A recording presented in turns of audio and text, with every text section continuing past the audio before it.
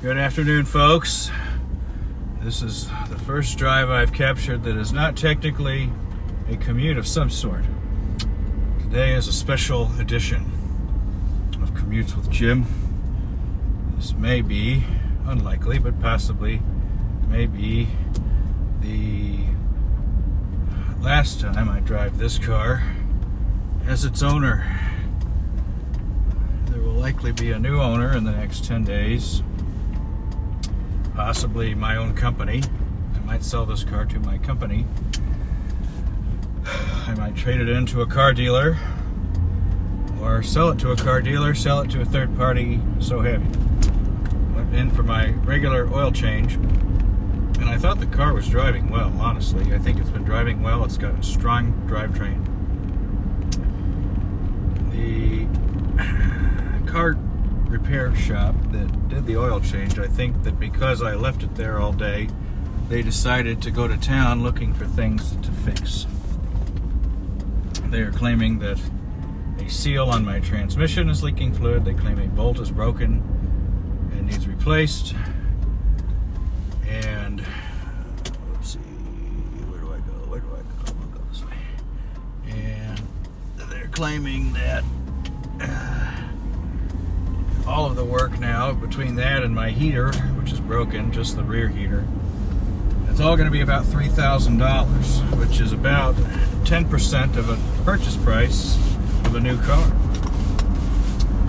or the payment of the taxes on a new car, 5% of a new car, whatever. It's significant, and I found that I've had some anxiety the last few weeks, given how old this car is. And I've been sort of advanced again at work. I can certainly afford to drive something different. And I know that I don't deserve to have concerns about my reliability of transportation. That is a hands down situation. So, even if this car has another year or two left as it is, do I really want to risk interrupting my life and my work and things due to car trouble? It's happened to me a few times, and they haven't been pleasant. I've been stuck in the cold, stuck in the snow due to a mechanical, and the heat. I've had the overheating issues. I've had quite a journey with this old bird. Since it reached 15 years old, it's really started to have some interruptions of service, if you will. And so I've cleaned everything out of it. I pulled my file. It contains service records going back over a decade, well over a decade, of all the oil changes and replaced parts, things of that sort.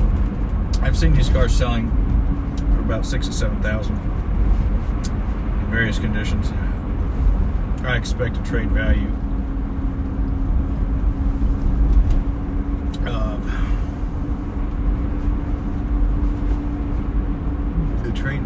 of well, that's a good question. It's going to be somewhere between $800 and $4,000 probably. So the median of that would be about $2,400, right?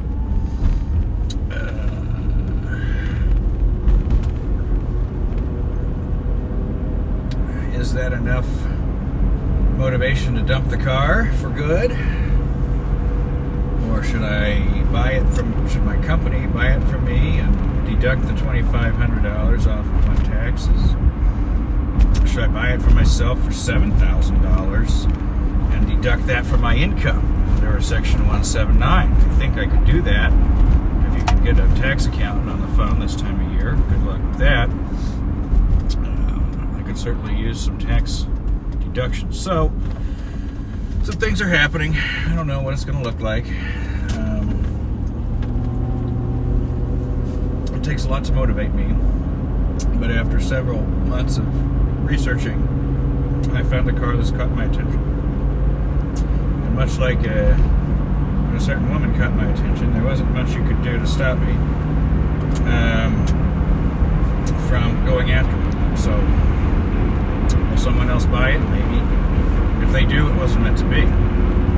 But I think it's worth giving a try. This one has everything that my wife wanted, and as well as some certain traits that I want. And we're looking at potentially a 20-year commitment to a vehicle. We have looked at brands. We think that we can comfortably afford easy maintenance on this certain make and model. We already have a similar one to it that has been, frankly, a bit of a dream to own, other than a couple $1,000s every couple of years. Let's think about that. When we got it, it was 3 years old. The car that we're looking at now is also 3 years old, so it's a lot cheaper than a newer car, but still new enough to have actually a lot of safety features that even the later models don't have. I'm talking about collision warning, collision avoidance, blind spot warnings. These types of innovations that have come about in recent years that really have, at least, how do I say this tactfully? Less skilled drivers can drive these cars and not crash them, I guess is a nice way to say it. I'm not trying to be not nice, I'm just trying to communicate a delicate point that can offend people. We see this with large trucking companies. They want to put people behind the wheel with the least amount of experience as possible because they can pay them less, right? So they want to lower the barrier of entry to commercial driving. Currently, the minimum age to drive on the interstate market is 21 years old. And that leaves a lot of people who graduate high school saying, well, I could be a truck driver, but oh wait, you've got to go mess around for 3 years doing something else before you could even start? I mean, I am sympathetic to that point because when you're 18, you've got the world in front of you. And, you know, that leaves people who, let's say you were incarcerated from age 17 to 22. Well, yeah, guess what? You're eligible for commercial driving. But the person who's a rock star, let's say you went to the Army for 2 years, but guess what? You were driving a truck in the Army, but you're only 20 years old, so sorry, we can't hire you. You know, there's some level of absurdity there that I don't think, I don't know if that was a rule 50 years ago. I feel like young people could buy a truck and go to town in the olden days, if you will. I'm not sure when the 21-year requirement came into place.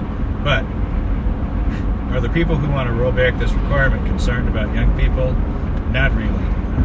They try and sell that to lawmakers to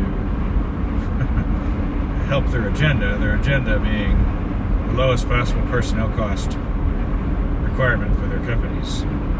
And it disturbs me that they find it more profitable to pay lobbyists than to pay their own people. Pay lobbyists to reduce their personnel cost. That's what's twisted. So if you're the lobbyist for a big trucking company, your job is to get paid several $100s an hour to change the laws to help reduce the personnel cost of the client. What kind of job is that? Okay? My job is to go and destroy jobs of others to pay for my own bills. That's not a way to live. That is not, you know, I have a professional career as well, and I can pick and choose my clients. And I have turned down plenty of business that I found to be repugnant, simply repugnant. And I don't mean a criminal defendant. I would never suggest that a criminal defendant, by virtue of being accused, is repugnant. I'm talking about civil claims, specifically. Claims for money for people who I find to be unsympathetic. And it's not that I necessarily am the final say on these things, but back when I had a legal career, I would be charged with making recommendations. And at the end of the day, the recommendation was not always based on the legal colorability of the claim or the merits of the claim. It was based on the integrity and the, how do we say this, the role that that particular client plays in the economy. Some people are contributing to the economy. Some people are doing things to the economy that I find to be a little bit repugnant, maybe even disgusting. And if you are doing disgusting things, if you are taking money from people's pockets and not giving them value in exchange, I don't want to work for you. Find somebody else. It's that simple. I don't want anything to do with it. Do your thing. Karma's going to find you someday, but I ain't going to be caught in that trap. I'm going to be a part of it. There is no value you can turn down. You can get offered a $50,000 retainer.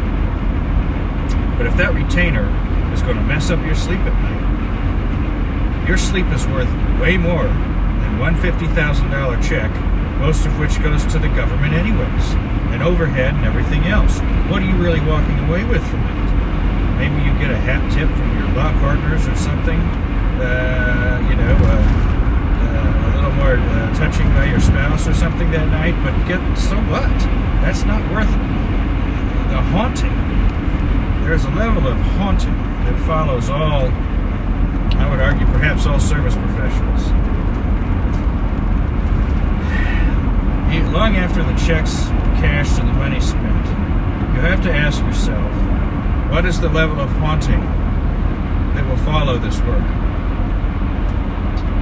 And sometimes you have to put a premium on that and make your price much higher to offset what I call the haunting. The haunting is when you're reminded, either through headlines in newspapers, unwanted memories, and future occurrences, you are stuck with the realization of,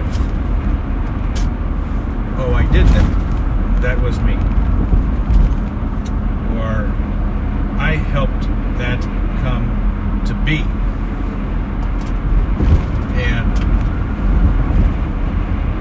you have to really be cautious of the toll that can take on oneself. And I mean that not for perpetrators, but for the, how do we say it, the accessories before the fact, the advisors, the people on whose shoulders they may stand in some way, shape, or form.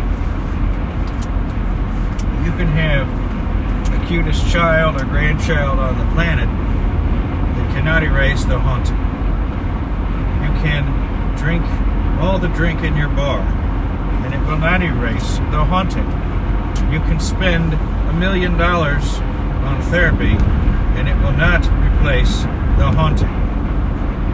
If you have a career of any substance of significance, you have to really consider that factor.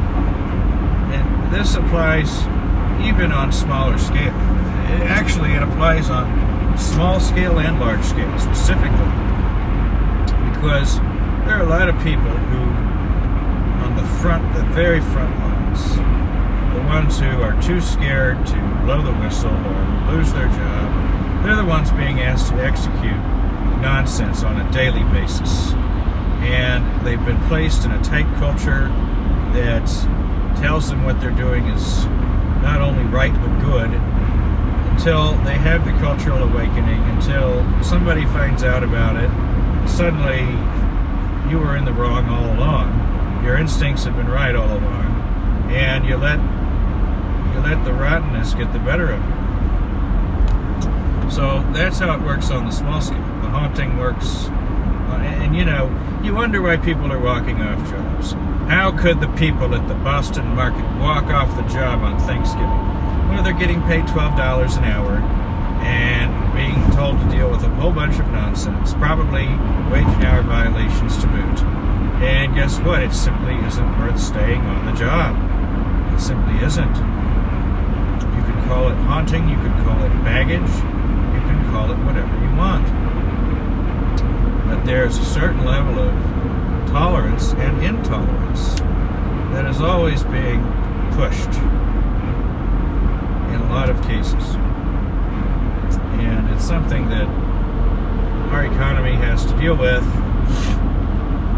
And when you have the wealth and means to stay away from it, you sort of have an obligation to stay away from it. Not necessarily to the law, but to your own moral compass, your own views, being true to yourself and who you want to be. You know, we can complain about capitalism all we want, but I do believe, truly believe, that people who want to be true to themselves and be authentic can and do succeed finding something that they are passionate about. It's very easy to dismiss the arts, the humanities, but there are people who, in all of those fields, who are wildly successful. And capitalism provides the people who truly live their passions the ability to reap those rewards. And my advice to the people of any strata would be focus on those passions and cultivating them, and you'll be not only true to oneself, but also providing, I missed my exit, you'll be providing the best value to the economy as well. Because authenticity, is this guy really going to do that? Providing, I'm in Kansas, I must have missed the exit. You'll be providing the best value that you can. Well, what does that tell you? No, I haven't missed the exit. I don't understand how I've come to state line. Oh, I know, I left Overland Park, Henleywood, now Instant. Very good, very good. I'm a few minutes late to my appointment. They probably thought I skipped out. I've had a very busy day. I've also had 3 days off work. This is my third day now. I'm not working this week. I've been very discombobulated by that.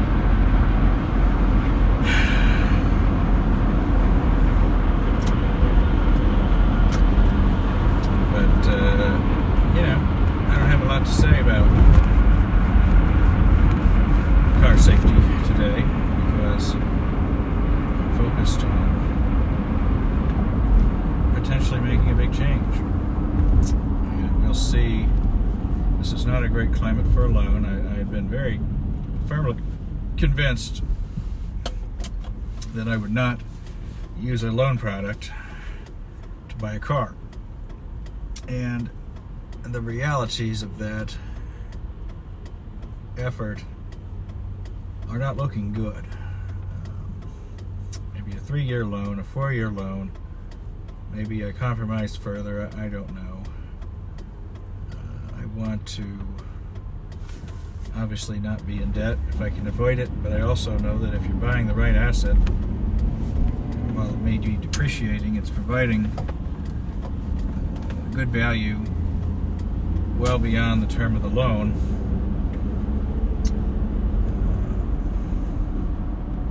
And it's giving you access to something that you otherwise couldn't have, but also maybe don't need.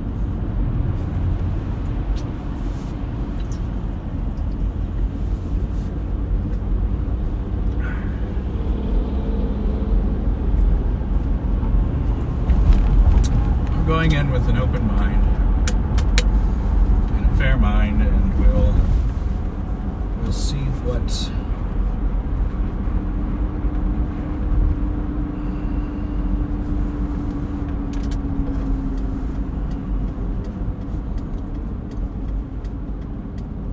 must turn. You all better turn. It's a green arrow. Oh my goodness, these folks.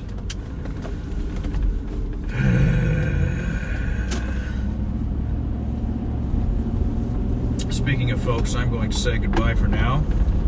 And hope hopefully this is not goodbye forever. This is